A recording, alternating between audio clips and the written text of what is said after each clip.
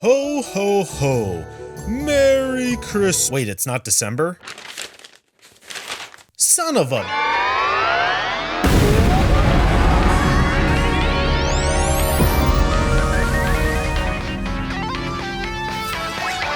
The other week, which is now like 2 months ago, my brother sent me a movie called Santa Claus Conquers the Martians, and he said it sounds like something I'd watch, which I was deeply offended by.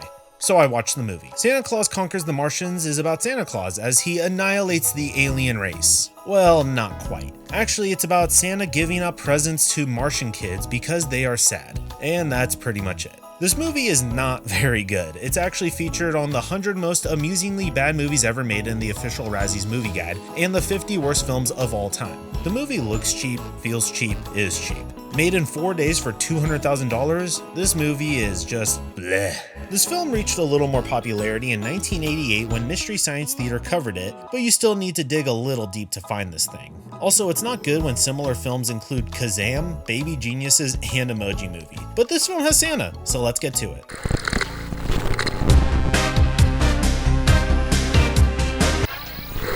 The movie starts off with a pretty banging song.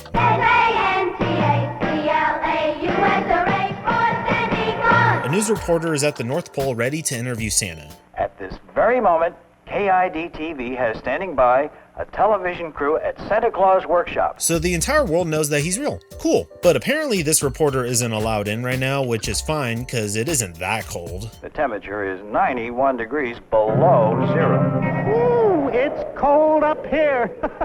As they interview Santa, the TV feed is being broadcast live to Mars like every live broadcast is, and these Martian kids are soaking it up. I've actually seen multiple clips of this film that seem to be in black and white, which makes me think that they shot this with no intentions of ever having color because the Martians looked a little, well, suspicious to say the least. But at least they made them green. The evil Voldar imprisons Billy, Betty, and Santa in a space death chamber. Will they escape? This main Martian dude is Kimar, and those are his kids, Bomar and Gurmar. Gurmar is played by P.S I in her debut role. I wasn't familiar with her, but she was a singer in the 80s. So that's cool. The Martian kids are super sad because they are too smart and realize how much life will suck. They also only eat jelly beans for every meal, which can't be good for them. Kimar doesn't want to be responsible for his kids, so he goes to the force with a bunch of other men. Not to do anything weird, they're just going to coerce with a much older male. Wait, the old man tells him that these kids need some joy in their life, and the only way to do that is to have their very own Santa. One of the other men, Voldar, says that this is stupid and the kids should be miserable. But Kimar knows that means that he'll have to be like a parent or something to them and doesn't want to do that. He knows that the kids on Earth are happy because of the toys that Santa brings, and knows that it's the act of kindness that can bring joy to all, not just the toys, but anyone could spread joy to their own kids and anyone around them if they felt like it. But Kimar doesn't want to do that, so he wants to go to Earth and get Santa. At this point, I was asking myself, what the hell was I watching as we spent more time on Mars with Martians than we actually did with Santa? The Martians traveled to Earth with some high-quality special effects, and Droppo hitched a ride. Oh, you don't remember Droppo? Well, let me tell you all about him. He's dumb. They also have a clock on the ship that measures years, which seems pretty useless. They get to Earth and the Martians stumble upon New York and plan 9/11. They are spotted right away and we get a Top Gun style montage, but a 1964 version, which is way less cool.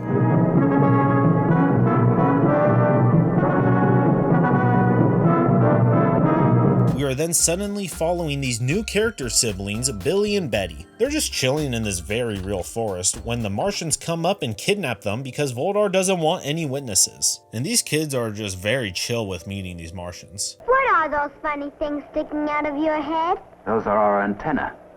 Are you a television set? Stupid question. The kids tell them that Santa is at the North Pole. They go there where they find his rinky-dink looking workshop.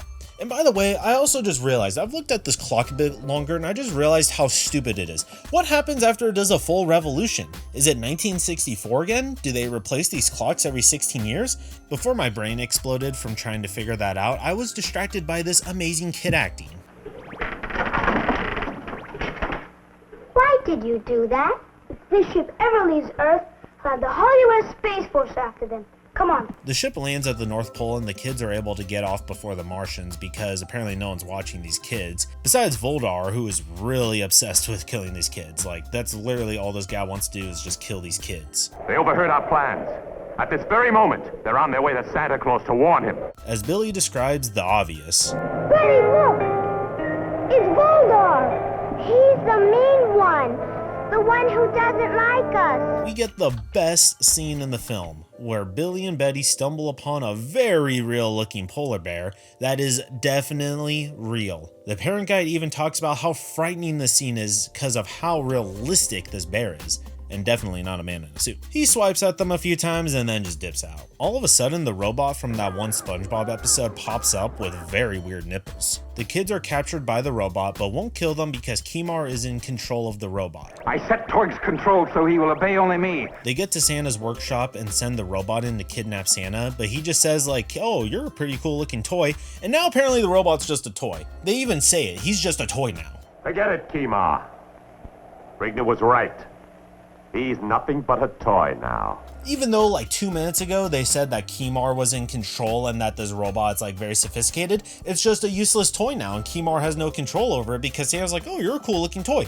That's all it took. It's that simple. So when the robot revolution takes over and is trying to kill us all, we just gotta say, hey, you're cool looking toys. And then that ends it. Problem solved. So after that, the Martians decide to go in and instantly do a way better job. Then they shoot the elves and Miss Claus with a try to do your best but fail to stand still gun. Then the Martians kidnap Santa Claus to force him to be a sweatshop worker for them. The end. Wait, that's not the end? How much time is left? What the fuck? Also, apparently this was the first motion picture to have Miss Claus. If you were ever asked that question, now you know the answer. The news once again finds out instantly that Santa has been kidnapped and is being taken back to Mars. The logical thing here to do is obviously send a rocket ship after Santa to get him and maybe those kids if they have time.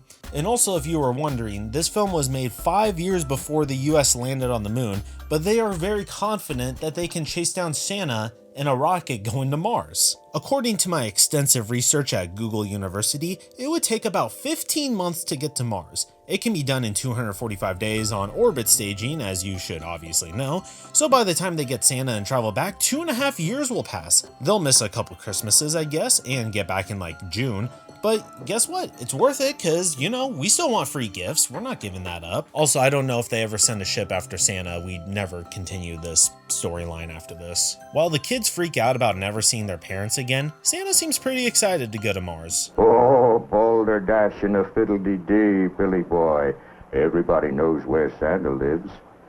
Besides, I've always wanted to visit Mars. They get into a bunch of wacky shenanigans until Voldar tries to kill them in the airlock. Kimar doesn't like that, and they get into an intense action scene. Along with the rest of the space junk.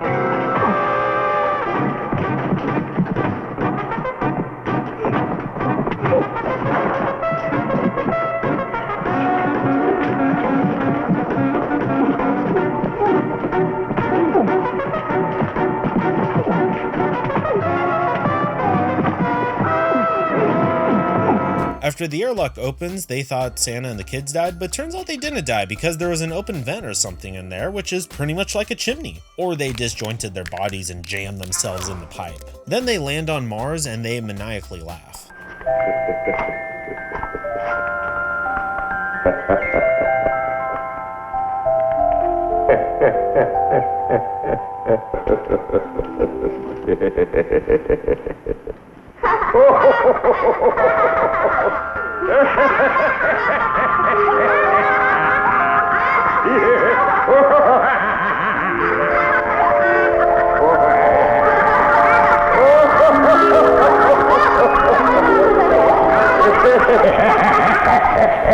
So now Santa has his own sweatshop again, and the reality of never going back to Earth finally sinks in. Santa doesn't like that this new shop can just magically make gifts effortlessly. He liked the old shop where the elves had to manually work and do everything for free. He still does have those Martian kids working for him, who don't seem much happier by the way. Same with the Earth kids, who Kimar realizes they aren't happy here. Voldar is still pissed about the whole thing about not being able to kill Santa and the kids, and he still wants to kill those kids. Then all of a sudden Drapo shows up dressed up as Santa Claus, and Voldar kidnaps him because he thinks he's Santa. Then he's gonna try to plan a terrorist attack to what, launch a terror attack on his own people? What? Tomorrow marks the end of Operation Santa Claus. And Mars returns to normal. Big brain move there by Voldar. So Voldar's plan is that he's going to basically kill his own people and kill Santa and the kids, unless Kimar takes Santa and the kids back to Earth because they shouldn't be on Mars. Which makes me start to question who's really the bad guy here. Is it Kimar or is it Voldar? Before we can figure that out though, we get another intense action scene, but now it's in a closet.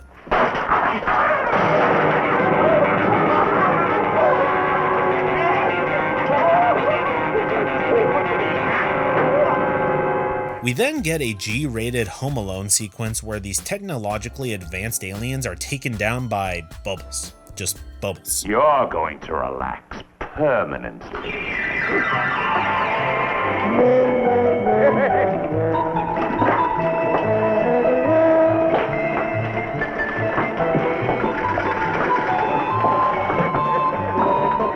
Oh, shit.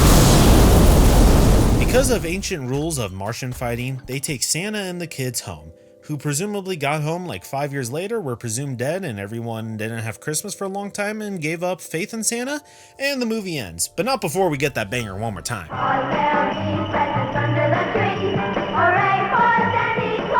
And that is how Santa conquered the Martians. Well, actually, it's more like how Santa talked with the Martians. Anyways, thank you for watching and have a happy Groundhog Day. Bye.